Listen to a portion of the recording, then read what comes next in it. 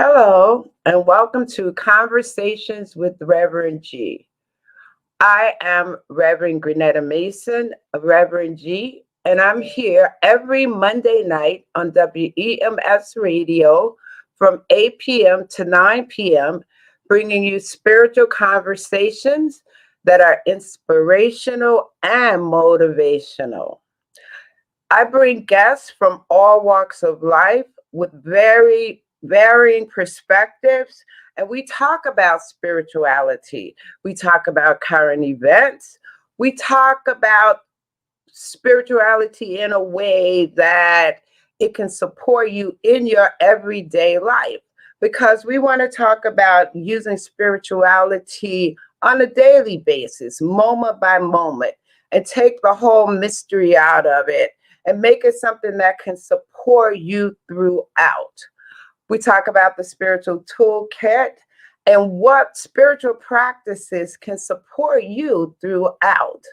My guests are business people, poets, artists, ministers, you name it, writers. And I am really, really excited when we come on to share with you in hopes that we can leave you with a message that supports you in moving your life forward.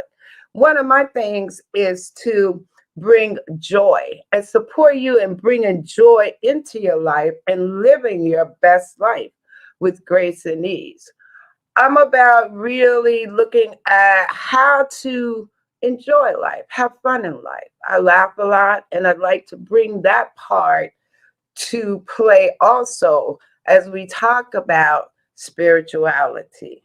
So tonight I have a very special guest, Sandy Kupprat. Sandy is a PhD. She's a psychologist and she's the director of career services. Sandy and I met at JP Morgan Chase many years ago, and we've been through years of friendship, working together, transforming together, and many different things. But before I bring Sandy on, I want to let you know that you can find me on Facebook and YouTube as Reverend Grenetta Mason and on Instagram as Rev Grenetta. Follow me, and each day you'll get daily inspirational notes. So Sandy is here with us tonight, and we're just going to have a great time sharing with you about spirituality and everything that's going on in the world. Sandy. Hi, Hey, Grenetta. hi.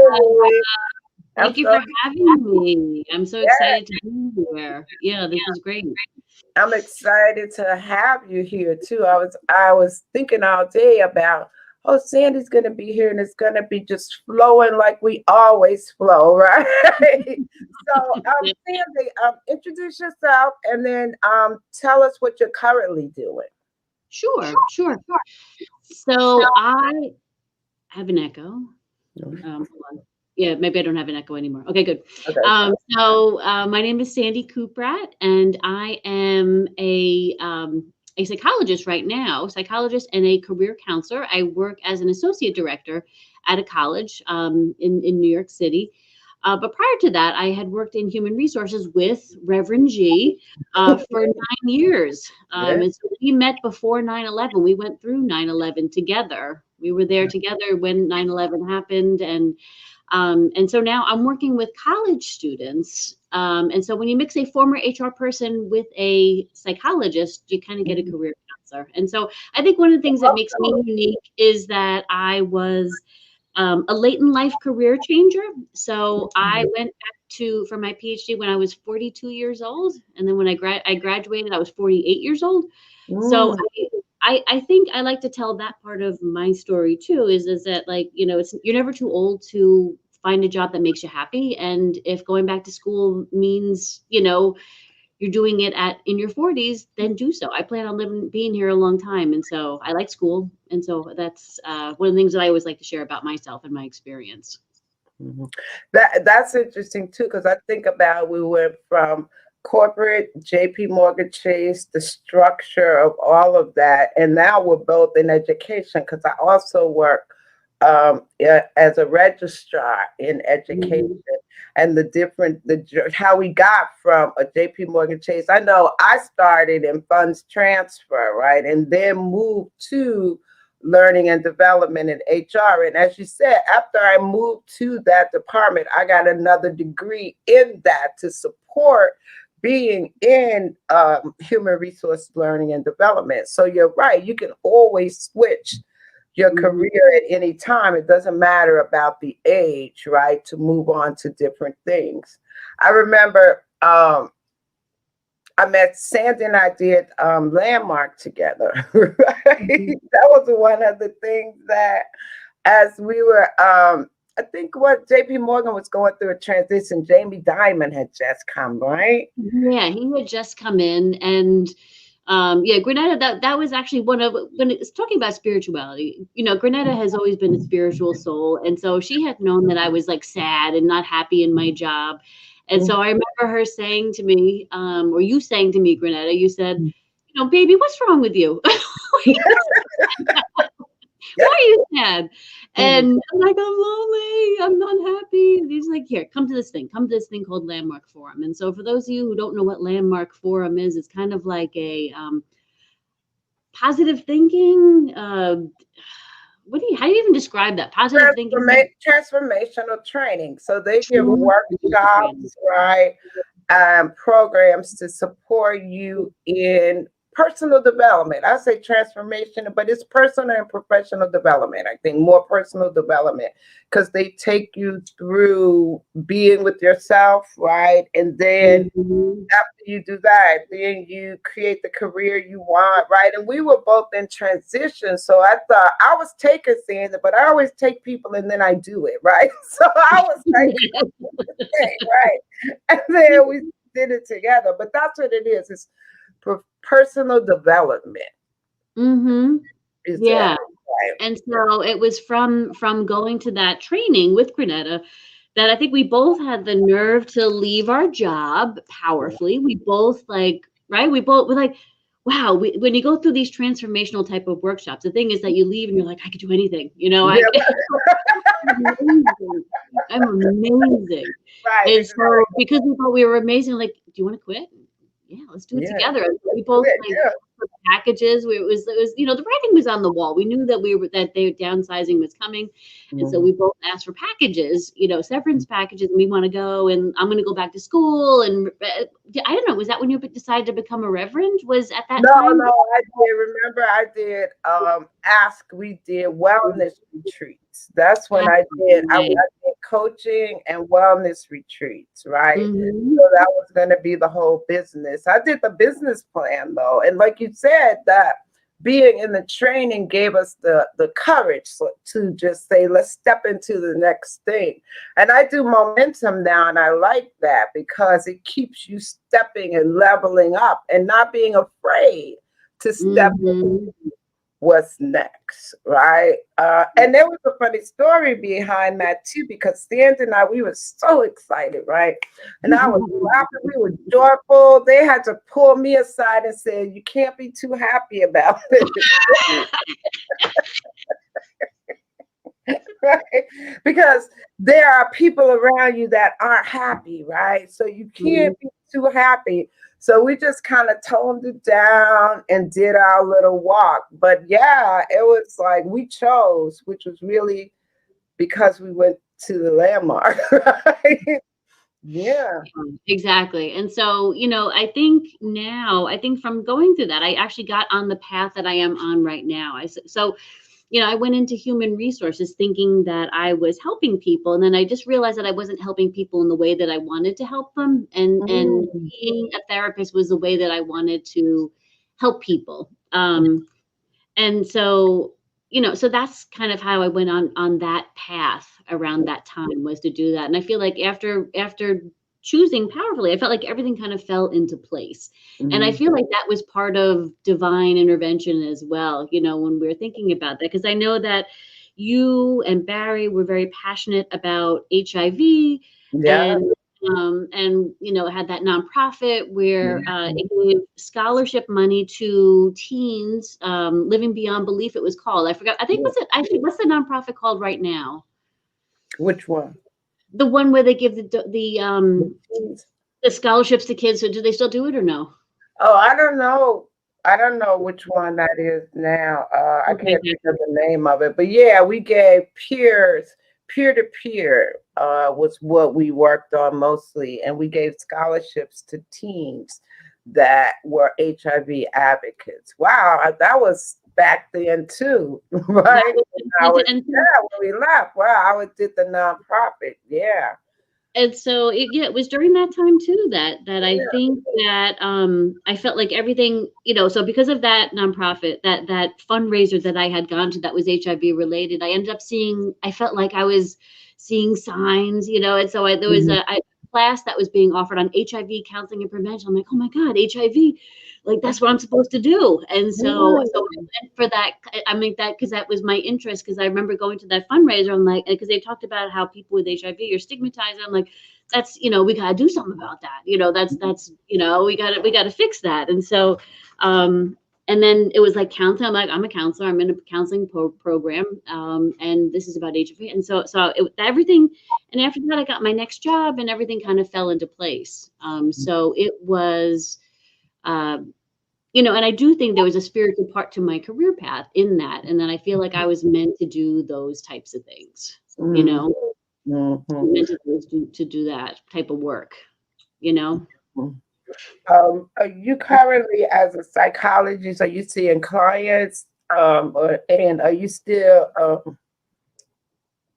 Yeah. mostly now, most of them are, it's about COVID, right? Your current clients, are they dealing Yeah. with? So I am not seeing people for therapy, so to speak, right now. I see people for career Oh, counseling. Yeah. okay, for career counselor. Okay, Yeah, yeah, yeah. So I am a psychologist. I am. okay. I was trained, but I kind of work at the intersection of mental health and career stuff, because you know what, especially during this time, a lot of my students that I'm working with are struggling with feeling hopeless about the Mm, prospects of finding jobs. They're feeling sad about just, losing. There's mm, a lot of loss because of COVID, a lot of loss of jobs, mm, of normal life, and not everybody is living in a situation that is healthy for them, like, so at times, for especially for the students, like even, even any relationship, people had an opportunity to get up and go someplace else, and at least if home was not good and not healthy, they could take a break and get out of mm, it for a little mm, bit. But I mm, think because of COVID, a lot of people are struggling because they may be stuck in a situation and not get a break if it's, say, a not a healthy environment or a toxic environment and stuff. So I think I am seeing more students who are struggling with mental health issues, mm, and who are feeling sad, and that impacts their ability to look for something, because when you feel lousy and you mm, don't feel hopeful, it's kind of hard to put in that effort to find jobs and to find, or even to identify a job that would make you happy when everything seems sad. mm, It's hard to see how could I possibly, or envision how could I be happy doing something. mm. That's and Mhm. that's good that you could support them with the mental health part of that. As is your school, does your school have anything in place to support students from that perspective with mental health? Are you seeing a lot more of that now during the COVID time? Yeah, no, there's been a huge increase, a huge increase. Both, yeah. So I work in the CUNY system, and so mental health issues have really skyrocketed, as well as financial emergencies. So when people are unable to work, lots of times students might be working in restaurants, or maybe they were working in bars, or maybe they were, working in a store, retail. How many people were working in retail? And so a lot of jobs were lost and companies went under. And so, and people who had parents who were supporting the family lost their parent due to COVID. And so, you know, they went from being a student who was being taken care of to being someone who has to take care of the family and taking care of their, you know, their mother or father or whatever it is who is left. Mhm. And so there's been a lot of pressure. So what, you know, in addition to normal counseling that is available to students, they also have been, they implemented a texting therapy type stuff that students can do. Yeah, I've heard of something like that for during COVID. They have it for everybody can do a chat, talk, or something like that. Talk Yes, therapy or something. yeah, absolutely. And Wow. then also what they're doing, they got grant money from the, I think, yeah, they got grant money to hire more therapists to actually do therapy with the students. So because the mental health, the counseling centers at colleges have been, I mean, busy beyond belief. Like they can't even keep up with the demand because there is so much need and people are feeling so sad. And between the bereavement and just plain sadness and isolation, I think people are really struggling, you Yeah, know? and also the disruption in college life, right? How it has Hmm. all shifted to virtual at one Hmm. point, right? Hmm. And we this actually is 1 year, a whole year since we've been through this, right? And as we progress through the year, um, what do you think the next few months are going to look like for us, and how can students get help, and what things would you suggest that they do? Hmm. I mean, I think we're going to start seeing, you know, people going back. I think we're going to start seeing more um, hybrid classes, you know, but in New York City, so it's different in New York City. So most schools are able to go back and they're able to, um, yeah, you know, even if it's like partial, like, you know, a couple of days on, a couple of days off. However, you know, in New York City, where everything is really tight, like we have like two or three buildings where all the students are, and so you can't. Yeah. There's only so many people you could squish in an elevator, and so that I don't see the fall being 100% virtual, even for the fall. You know, and I think they're kind of leaning because there's no way that you could social distance, and so I think it's going to Mhm. start to come back, and I think people will be more hopeful. And even too, I know we talked about the vaccines. I've noticed people who have gotten the vaccine, like once they've gotten it, their whole demeanor changes. Like they're hopeful. They're like, "Yay, I have the vaccine."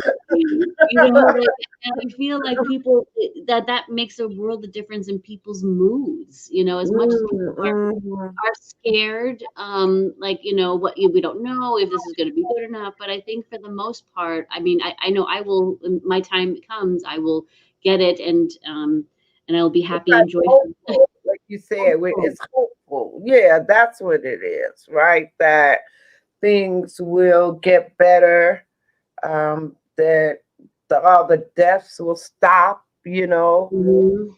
that we can move back to some sense of normal, right? And I know that we won't go all the way back the way we were because we've handled this like on a dime. Everybody went virtual, right? Mhm. And so there are a lot of positive things that came out of that being virtual. I was talking to, I don't know who I was talking to today, but I was always moving and on the go, working every day, 2 or 3 nights a week, things in the street, right? Just Mhm. running here, there, and everywhere, right? And then with COVID, I've just been like, stopped dead in my tracks, right? And it's been really good to stop and have this moment, right? And but I also look very much forward to getting back out and doing things with people, right? But Right. it's been good for me because I've been able to work from home. I haven't been hungry. I haven't missed anything, right? So I could say yes, for that part, it's been good for me. But I also think about, like you said, all the students and everything for them, and all the people who are hungry, lost their jobs. So much is going on. And I look forward to, you know, I guess it's that hope, the change. When can we get back? When can things start to move forward again? And it's gonna take some time when we look at all those restaurants that closed here. And Yeah. I related to when you said, well, the students, yeah, that's where they were working. Retail, fast food, all of those things was where they were working. And now the impact of that for school, it all just flows together, Mm-hmm. you know? Mm-hmm. So, and that's why it's like, I always think, how can we support them? Because what can you, and that's what I like about spirituality, because you could do it by yourself, right? You could Mm-hmm. create a sense of peace and a sense of comfort without having to go anywhere or be with anybody. You can just create that. When we talk about the spiritual practices and the different things that you could do to support finding some joy or moving into clarity or moving out of fear and worry, what are some of the things that um, can be done? What different practices? And that's what I like about it. Can Mm-hmm. you talk about your spiritual journey from a kid to now to where you are? My No, spiritual journey has right. been I always ask everybody that question when they come on. Right? Well, what were you when you were a kid? So I stopped trying to. Now I used to say, "Oh, I bet you were a Baptist or this." Now I don't, because I'm surprised. Right? Whatever they were, now. whatever they get to now. Right? Absolutely. Yeah. I mean, and I think I've been all over the place. I think I consider myself, I have an interest. I love spirituality. I like learning about different religions. I've always had an interest in it. Mhm. And I think it came from the fact that, like, growing up, I didn't go to church. So Mm. I did not go to church. And when I was in, as a little kid, I remember someone asking me, like, what religion are you? And I'm like, I don't know. I don't know what religion I am. And they were like, you're going to hell. So I came home and told my mother, Mom, they said I'm going to go to hell. She's like, you're not going to go to hell. Just tell them you believe in Jesus. I'm like, all right. Okay. But then later, like in fifth, right? Isn't that funny? So, in okay. I love, gotta love kids. So I remember in fourth grade, I think it was fourth grade. There was like a church down the block. I think my mom said, I think at that time she said, you're a Lutheran. Tell people you're a Lutheran. I'm like, I didn't know what that meant, but okay. So in fourth grade, we moved to like a new neighbor, and there was a Lutheran church up the block, and I chose. I said, Mom, can you take me to church? Mhm. And she's like, I'll take you. I'll drop you off, but I'm not going in there. You wasn't going. I'm not going in there. Yeah. But it's funny because, and I think that's part of the thing. So she was forced to go. My father was forced to go. So Okay. because they were forced, they knew how much they hated that. So they didn't want to force me. So what's funny is that I actively chose to go to church to learn about that. And so, because I think a part of every person has a desire or seeking or wanting to learn more about that. And so I was definitely one of those people. So I became, I was confirmed in a Lutheran church and I did that, but then I kind of lost touch with going to church in like college. I think I stopped going to church. And then I moved to Dallas, Texas, and then I remember the Mormons would come to my house and teach me about Mormonism, and I'm like, oh, that's really interesting. So they would the missionaries with the sister and brother, yeah, would come to talk to me, and I thought that was interesting too. I've always found that fascinating. Mhm. Um, Even too, I remember with you, Granetta, we had during Yeah. the landmark farm, I had what I call like I called it a God dream or something like, I don't even know what that was. Yeah. I had like a God dream during those things, and I called it was 7 o'clock in the morning, and I called up Granetta, which you're probably thinking, what a terrible friend you call up your friend on the Saturday at 7 o'clock in the morning. But and I had said, "Oh my God, Granette, I had a God dream." I'm like, God doesn't talk to Lutherans, what's up with that? You know, does not talk to Lutherans. And you're like, what do you say? And I'm like, I remember this. I remember it was God showed me what it would be like if I didn't have fear. Mhm. Um, and then the part of that was as well was you need to take a stand. And Mhm. then I had asked, but it was there was no voice. There was no voice. Mhm. There was no words. It was not male nor female. It was just I just knew what it said. Mhm. And I said I asked I you need yeah, the voice had said, or it wasn't even a voice, had said, you need to take a stand. And I said, against what? I'm like, should I be against racism, or was like, is it for like people with disabilities? Because those were like the two things that I was kind of focused on at the time. Mhm. And God didn't answer. And I Right. remember I woke up, I'm like, what is it? And I remember being so scared of that. I remember being so scared and thinking it was so big and too big for me. I'm like, oh my God, that's too big. It's too big. I can't do that. And then I talked to you and you're like, and I remember your exact words, you're like, oh baby, you need to go to church. I'm like, I don't want to go to church. I don't want to go to church. And you had said, well, that's because you go to white people church. If you went to black people church, you'd want to go to church. And I'm like, oh, okay. so so Grenetta had taken me to her church, up on 116th Street. We went to New Canaan Baptist Church. Yeah. And that was fun, and we had a good time. But you know what? And I enjoyed that. So, but more recently, a friend of mine had introduced me to Buddhism. And Mhm. so and I can't say that I identify as a Buddhist, but I do like chanting. I think it feels good. Like I feel like Mhm. it kind of has like a meditative uh phase to it, or feeling to it that I Right. feel is relaxing. And if and I a reset. It's a reset. I feel like there's parts of that I incorporate as well. But I think spirituality I feel has been less about organized religion for me and more about my relationships that I have with people. I Mhm. feel Mhm. like um I don't know, I try to be a good person. I try to help people. I really, really like helping people. And so I feel like that's how my gifts that's where my gifts are with helping other people. And so I feel spiritual and I feel good when I am helping other people. So I feel Mhm. like how spirituality is kind of A part of you, how it flows in there, right? yeah, but I do have an interest in learning about religions and learning about different types, you know. Mhm.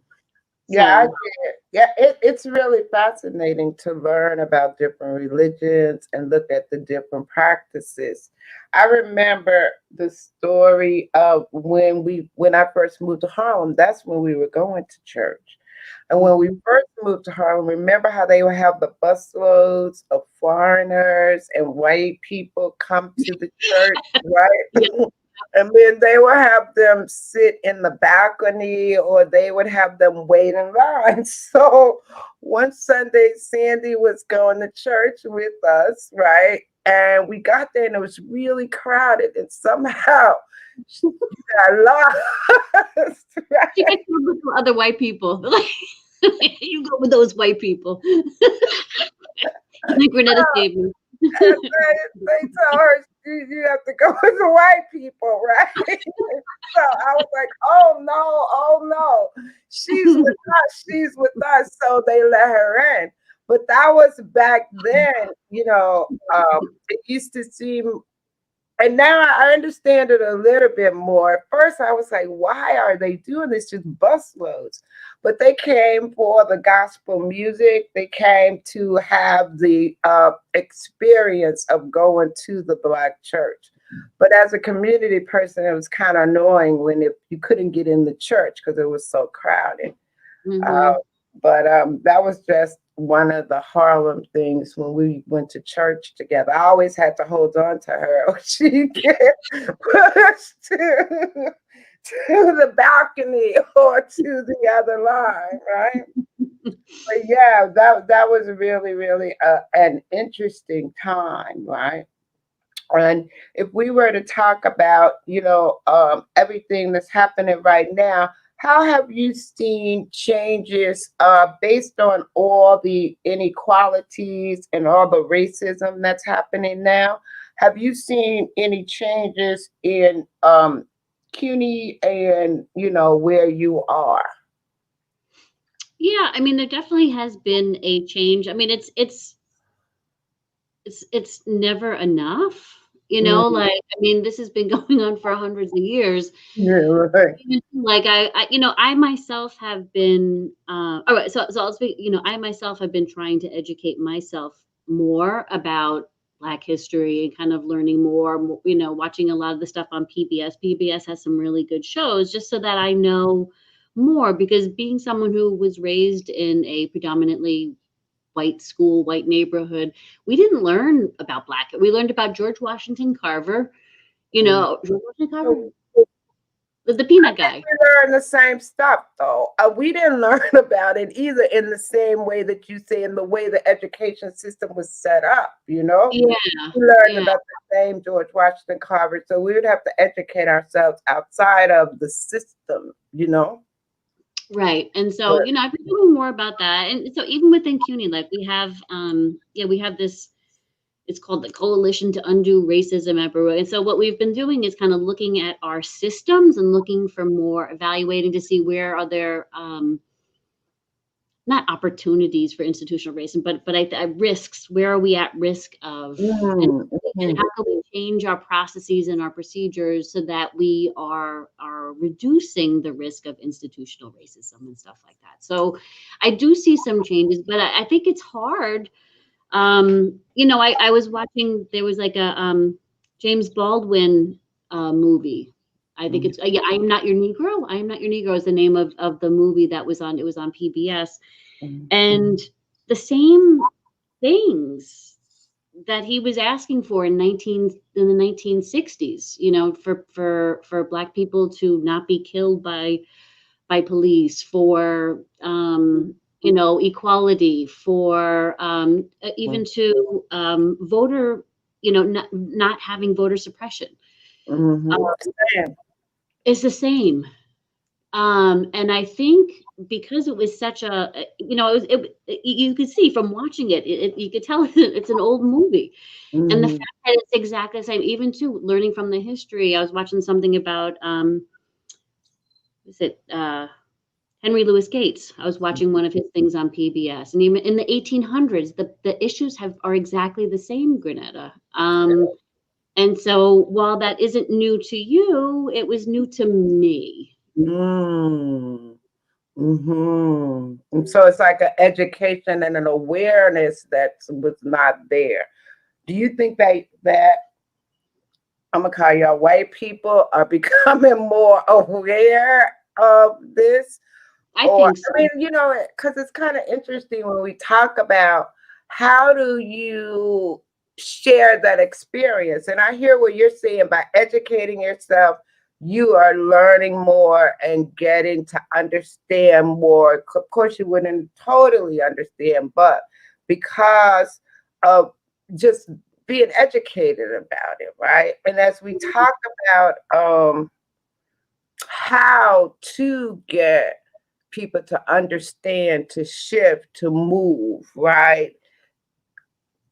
Yeah, okay. So honestly, Granada, I mean, you're part of my journey as well, because I've come Mhm. from a lot, I came from a certain way of thinking as well. You know what I mean? Like I pick yourself up from your bootstraps, and you know what I mean, and all that type of stuff. All Mhm, which mhm, I know, but I feel like it's from having friends like you tell mhm, me and share your experiences with me about what you've gone through. mhm, I had, what the audience doesn't know, I had interviewed Granetta for one of my projects at school, mhm, and she had shared her experience of racism in the workplace. mhm, And over time, and it was time and time again, mhm. of being hopeful and then slap down, Right. hopeful and then slap down. And then even too, from having other friends, I've hearing their journeys. And so I think it's from having my friends my friends share their experiences that Mhm. I can't pretend that it doesn't happen.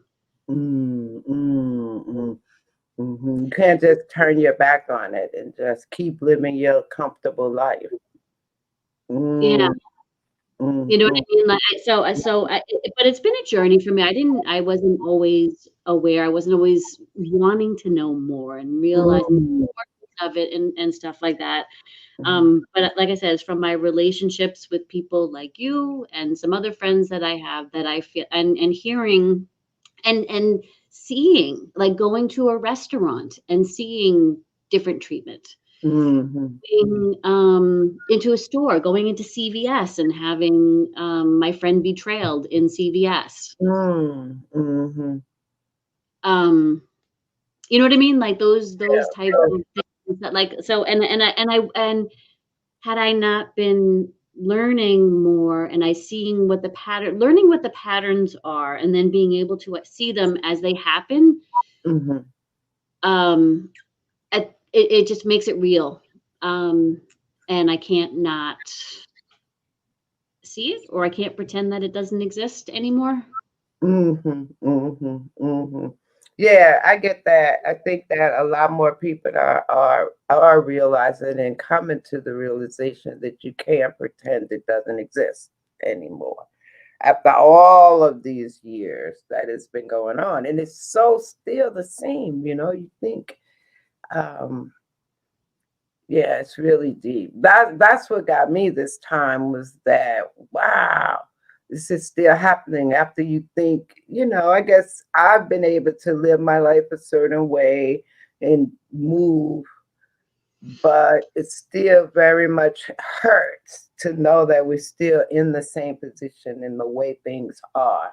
So it's interesting to see non-black people stand up to support, learn new things, just becoming more aware, Yeah, more aware. totally more aware.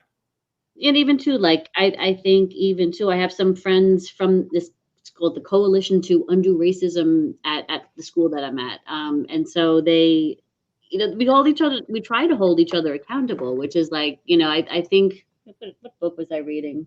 So You Want to Be Anti-Racist. That's the book that I had been reading. Mhm, And it's about being accountable and how, you can't get soft on this. You know what I mean? They're like, mhm. when everything is hot and there's a recent thing and you go do your protest and stuff Yeah, like that, but you can't get soft.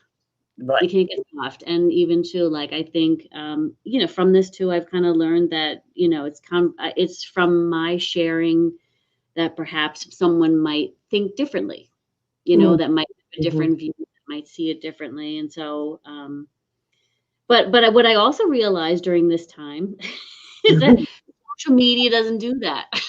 Social media Mem doesn't do that. Memes do not change minds. No, Mm, no, it's mhm, conversations that change minds. So mhm, memes do not change minds. mhm, Memes piss people off, and so I think I have got to be better, and I wish I was better at or more skilled at having good conversations about, you know, race and, um, the impact that it has, right. you know? And the conversations that can lead to change, because we could think of a million ways to change it, like get some black people up at the top of these companies, right?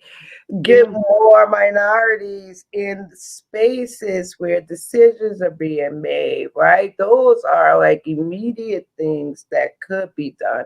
Look at all of the income checks. Who's making more money? I mean, equality even in wages. I think Mhm. about, so those are some of the things that I think that can immediately happen. But yeah, it's gonna take getting there. Yeah, the conversations and the shifts, right? But when you look at, if you watch the news, it doesn't look like the conversations or anything is shifting if you pay attention to politics right now, right? Yeah. Doesn't seem like there's that shift coming, but I think that spirituality totally supports us during this time, right? And the spiritual practices that we have, right? Mm-hmm. Um, let's talk about some of your spiritual practices. I always ask people if they were to name three top spiritual practices that have supported them, what would they be? Mm-hmm. You Um, mm-hmm. You're thinking about it, Daniel. yeah, no, you know what? I mean, I find that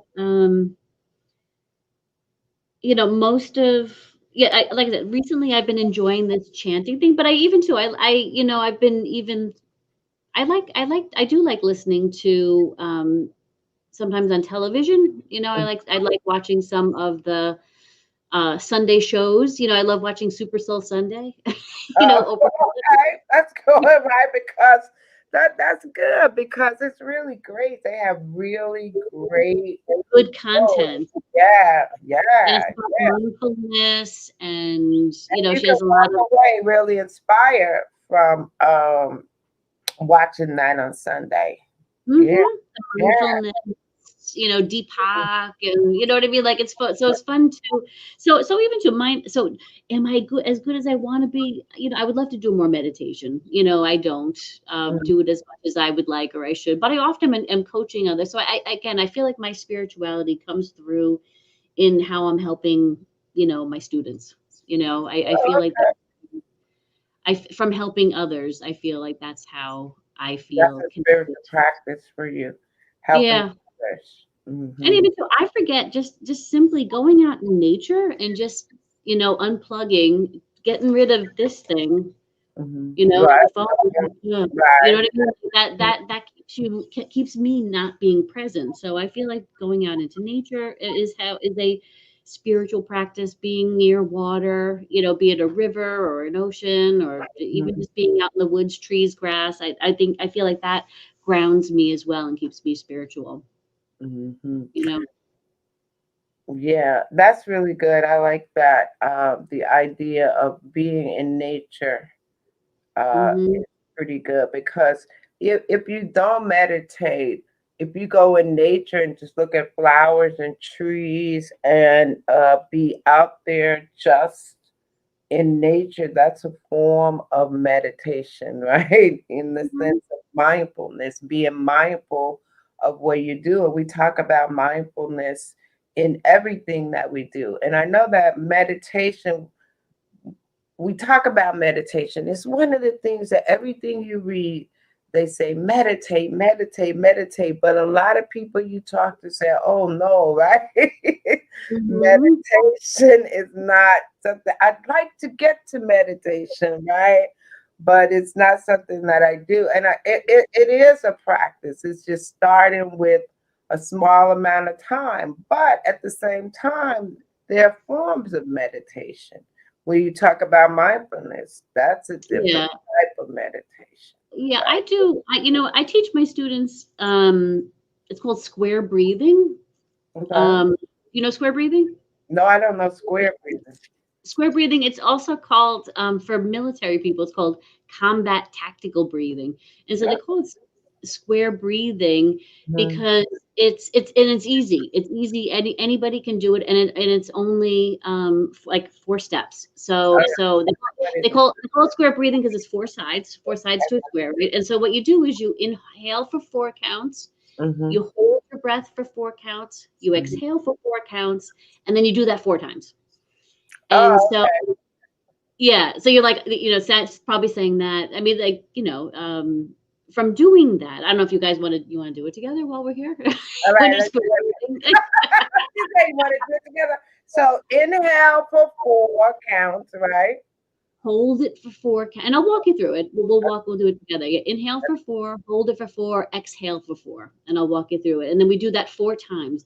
And so the reason behind that, and the reason they call it combat tactical breathing, is that when we're anxious, our the veins in our neck kind of tighten up, and so we literally lose blood and oxygen in our brain. And so by deep breathing, they teach us in the military for when they're in war zones. Mhm, Um, because when the deep breathing kicks back in the parasympathetic nervous system, and that gets that oxygen back to your brain so you could think logically again.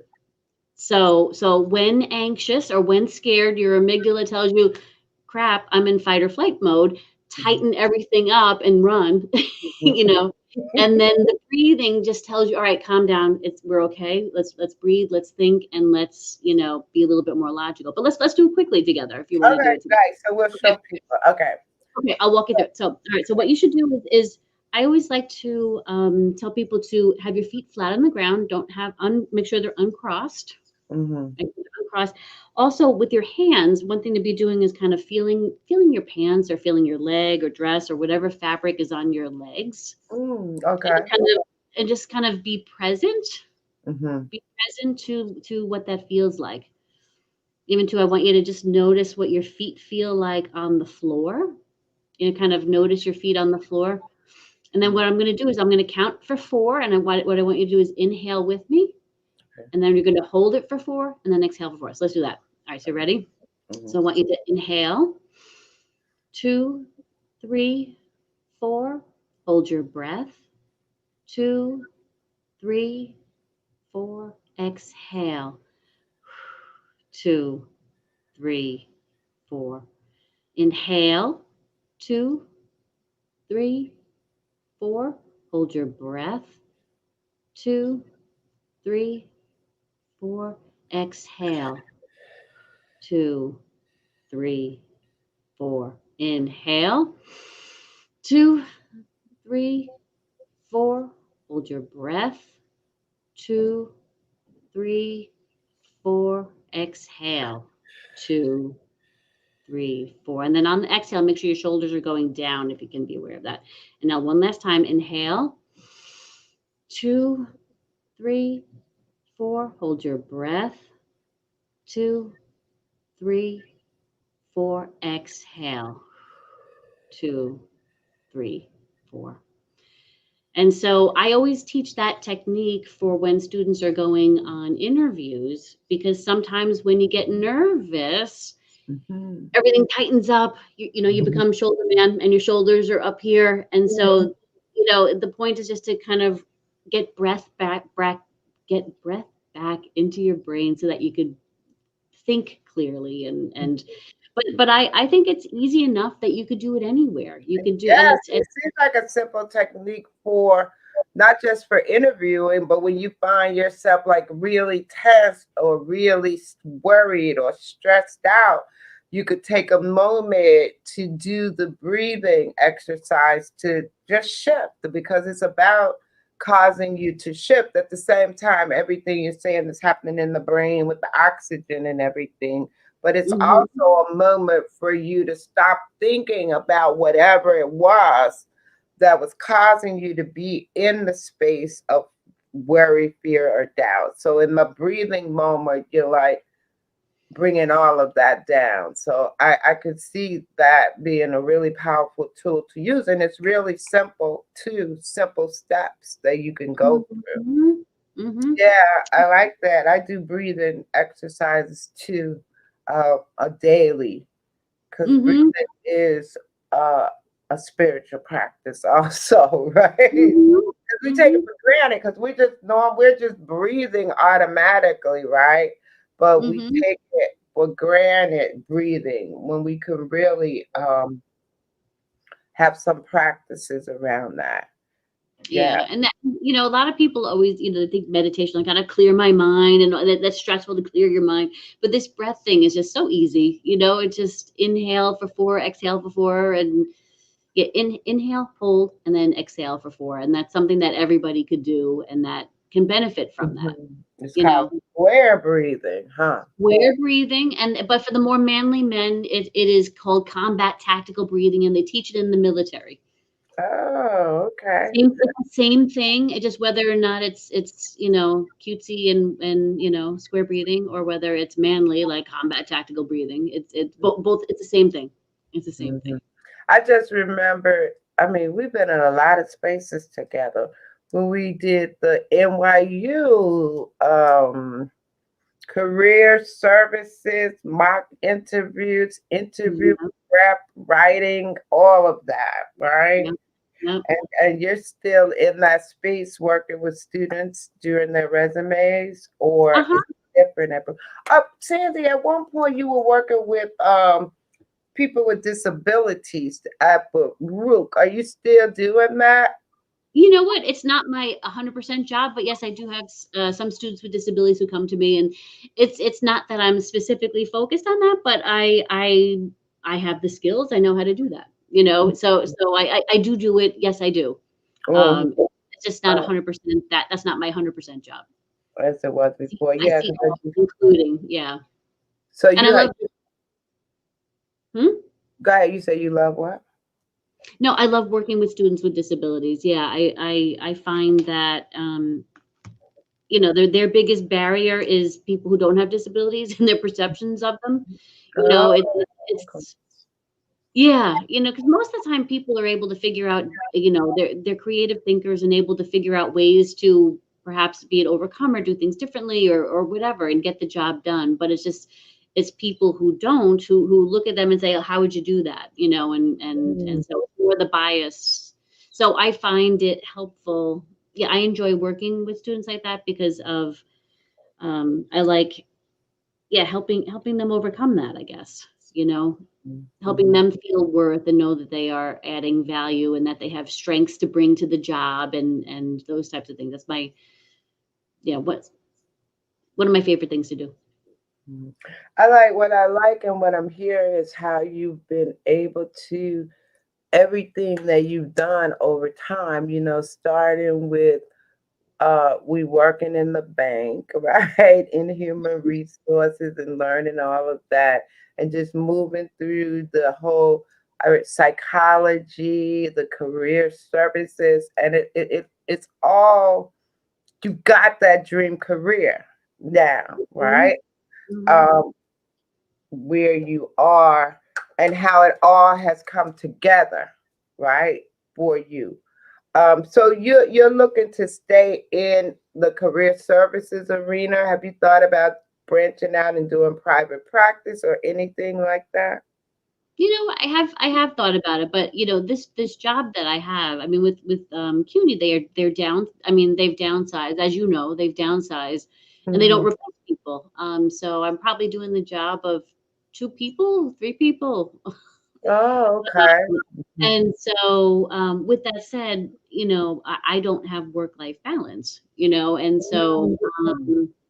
and so, yeah, as much as I should be, I should be, the poster child for work-life balance. I think everybody is at risk of not having work-life balance. You know what I mean? Like, yes, I'm a psychologist. I know that the value of this and that you should do that. Right, Um, yeah. It's like you do it for others. You're out there supporting others. What are you doing for yourself, right?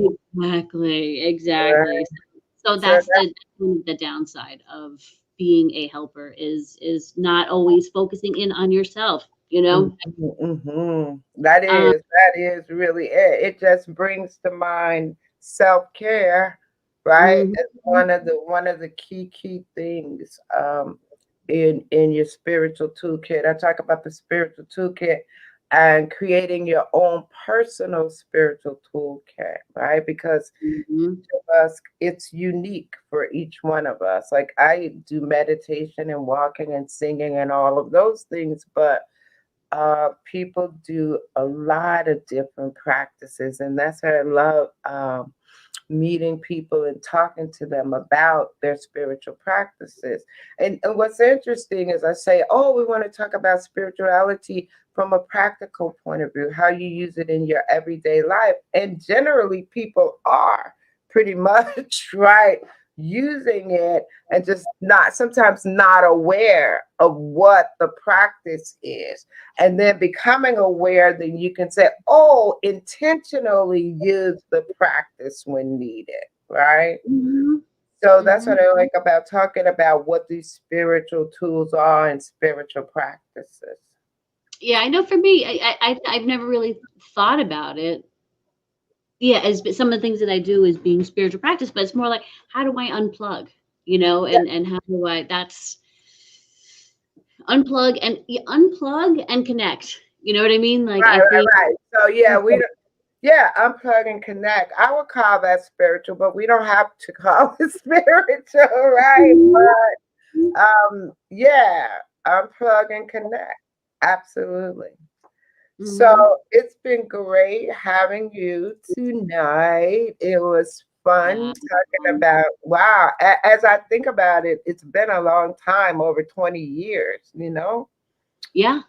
before 9/11, right?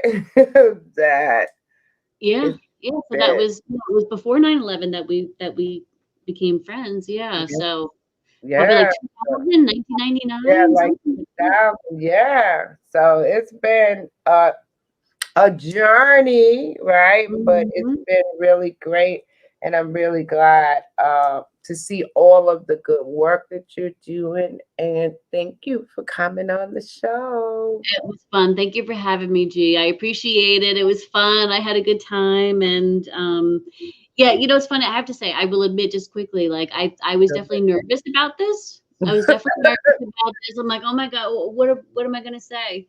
But Mhm. when it's you, so it's easy. Yeah, yeah, that's why I was like, just relax and we'll have a conversation, right?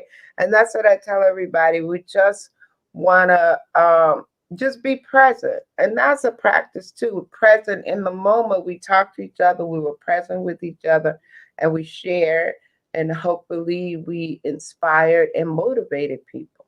That's the Hmm. goal. I hope so. All right. So All right.